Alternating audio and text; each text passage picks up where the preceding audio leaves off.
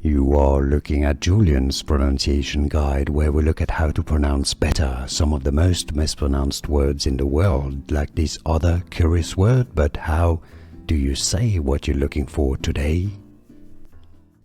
Let's learn how to pronounce the name of the city in Florida, FL. We're going to be looking at how to say it in Spanish and English. In Spanish, it comes from Spanish and it means the large tip. The large peninsula, let's say, Punta Gorda. Punta Gorda is how it's said in Spanish.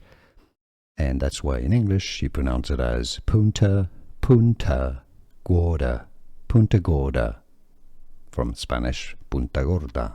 Now you know. Here are more videos on how to pronounce more confusing words and names too many mispronounced. Like this video if you found it useful. I appreciate your support. I'll see you soon and thanks for watching.